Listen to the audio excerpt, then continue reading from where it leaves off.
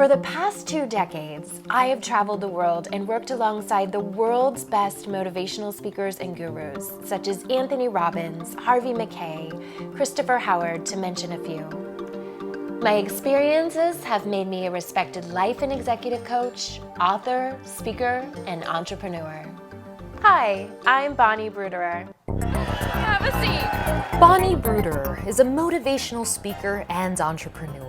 As the creator of the popular line Dirty Dog, Bonnie has once again rolled up her sleeves and added to her impressive credits not just that as a New York City performer at the Alan Chan comedy team and appearing in many TV sitcoms, but also as an executive producer and host of her own TV show, Ask Bon Bon Show. Why the name Ask Bon Bon for the show, and what can the viewer learn from watching it? Well, my nickname my whole life has been Bon Bon, so that's where that part came from. And the ask is really about the Socratic method, about asking all of the experts the really important questions that are going to teach you how to create the life that you love.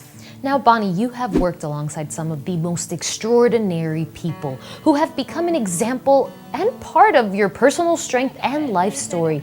But who are these mentors and how have they helped you communicate with your viewer? I have been very blessed. In my 20-year career, I've had the amazing opportunity to work with Tony Robbins, Harvey Mackay, Christopher Howard, Alex Mandossian, and many other thought leaders. And really, I have taken in all of the information that I have learned over 2 decades, all of the courses, all of the teachings, and been able to share this with the viewers. As the host of the Ask Bon Bon Show, Bonnie will not only bring you to a place of inspiration and motivation.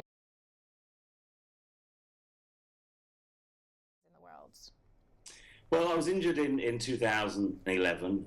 As you're explaining, I was out on patrol with a unit of American soldiers. I was embedded as a photographer, trying to tell the story of the impact of war on this group of Americans. When we were on patrol, I stepped on an IED, losing both my legs and my arm.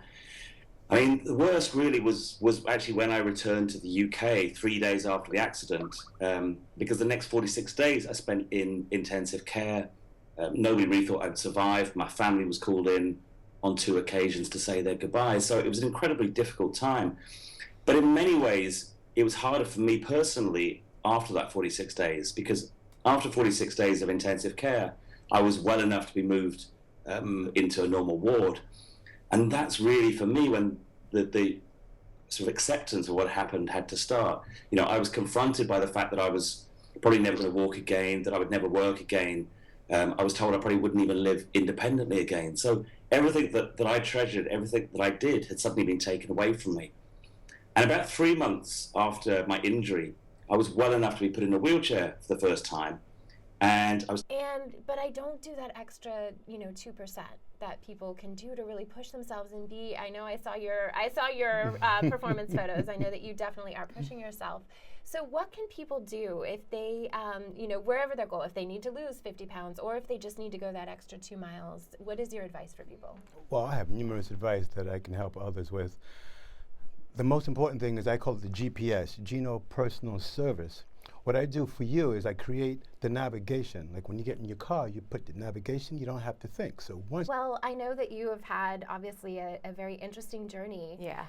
Can you tell the viewers, what your experience was and what happened? Sure. First, let me say that there's no cancer in my family. I don't come from an ethnic background that has a predominant population of cancer, and also lifestyle. I'm a triathlete, non-smoker, barely drink, all of that.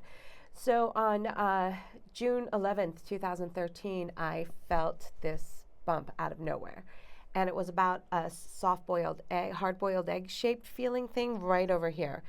And I thought it was a cyst, because you hear of cancer, it's small, irregular, it takes a long time. Sure. So on the 13th, I had a mammogram. The doctor walked in and he said, you need an urgent core biopsy.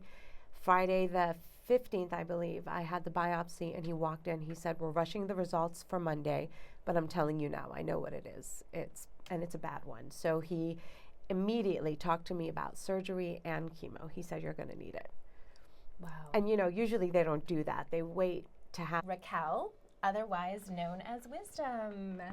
Hi, Bunny. Thank you for having me. Thank you for being here. It's so good to see your smile again. Oh. So I was just so sad to hear what happened to you, but then also in talking to you and listening to your story, just so proud to know what you have created in your world. So can you tell the viewers just a little bit about your story and what happened? Well, it started in 2009 when I felt a lump in my right breast. And I kind of let it pass, because I could not believe that it was breast cancer. Mm-hmm. And by 2010 June, it had grown a little bit, so I went to the doctor, and sure enough, breast cancer. Doesn't have it in my family, doesn't have that BRCA gene that they look for. So as usual, I'm always the pioneer for things. So there you go. And I had chemo, and for several months, and it disappeared.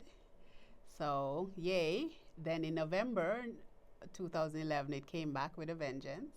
Wow. And didn't go through chemo again, but was just being checked by the doctor.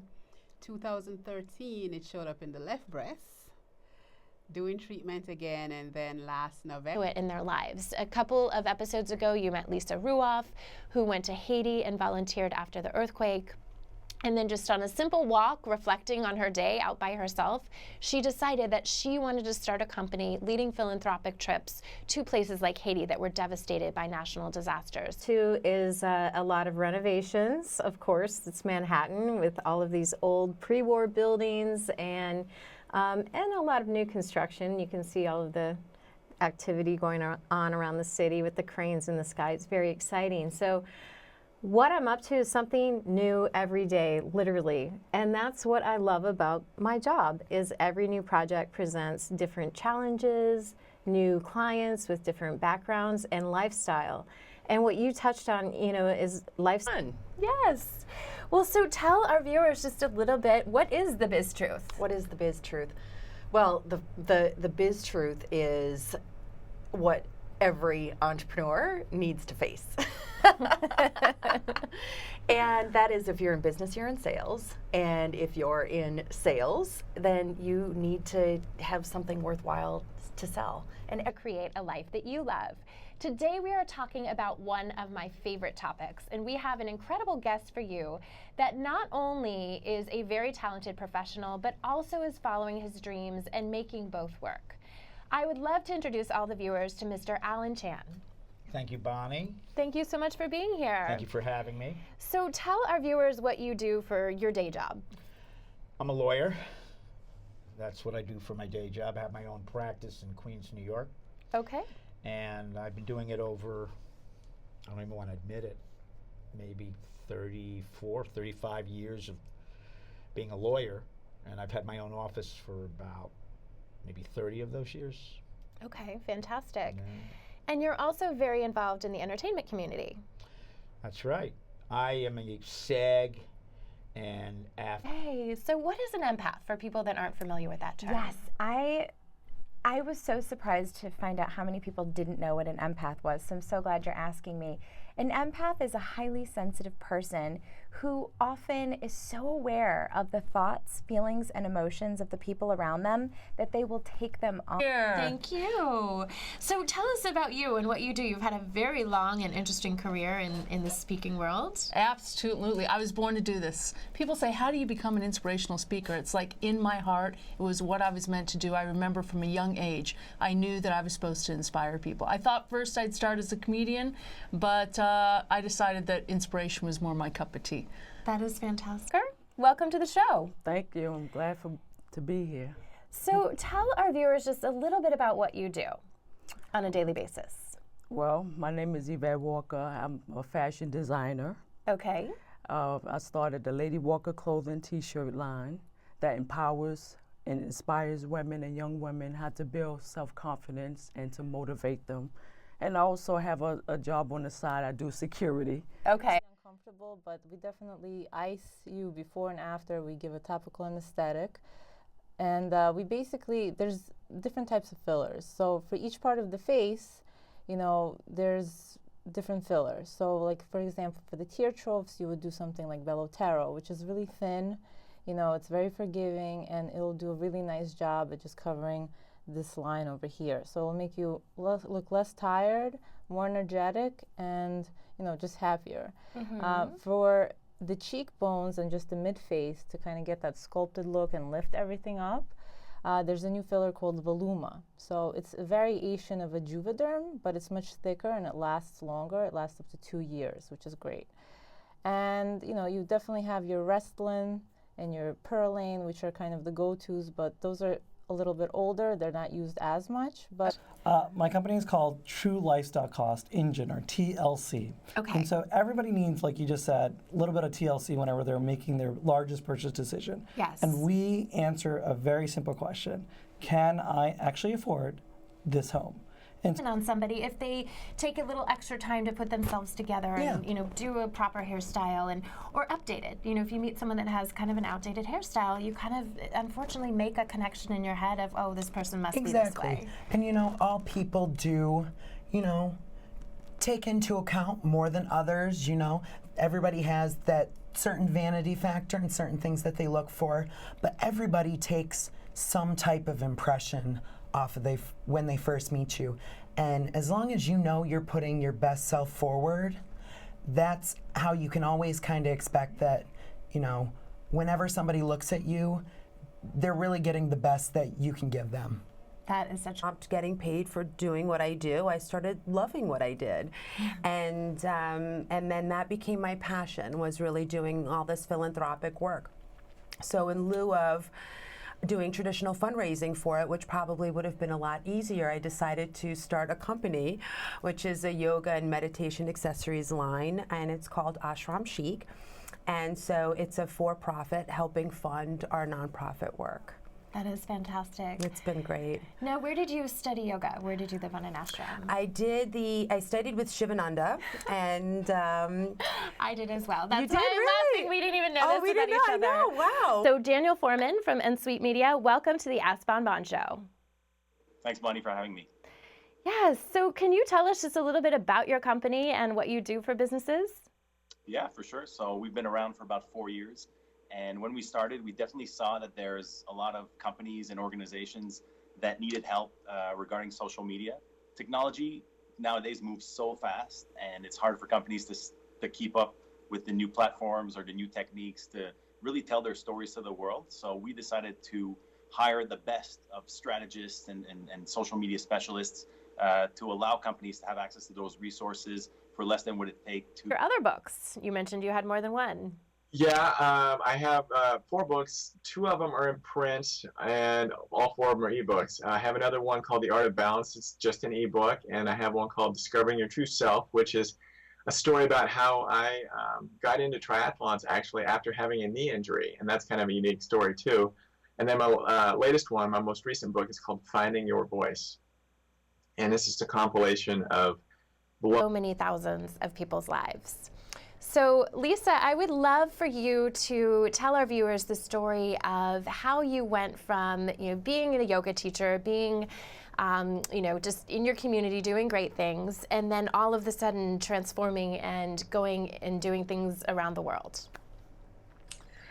So I was leading yoga, teaching yoga classes and leading yoga workshops, and I also led retreats. I've been leading yoga retreats for years to really beautiful places like Hawaii and Bali and Costa Rica. And the earthquake happened in Haiti in January of 2010.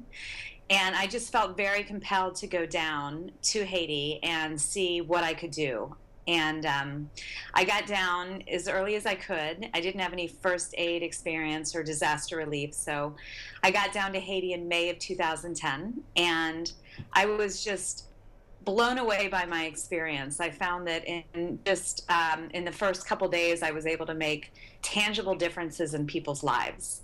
No, and we all hear and read that there's not enough women in the corporate world and specifically in boardrooms. So tell us just a little bit about your company and the idea behind it. So Women in the Boardroom, I started it over 12 years ago. really before anybody was even talking about women being in the boardroom. And of course, nowadays, that's completely changed, which is great.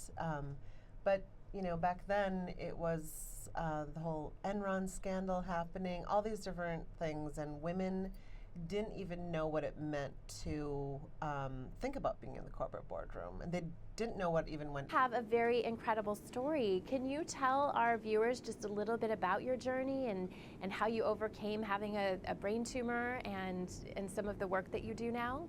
Certainly.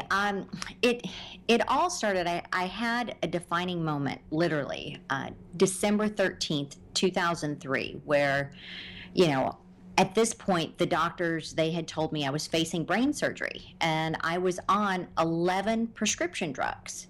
And you know, oftentimes with prescriptions, it will start out with one, and before you know it, you're on multiple prescriptions due to all the side effects. So I was divorced at the time. I was literally in flannel jammies, had carpal tunnel syndrome, migraine, bent over the sink, and vomiting in the sink.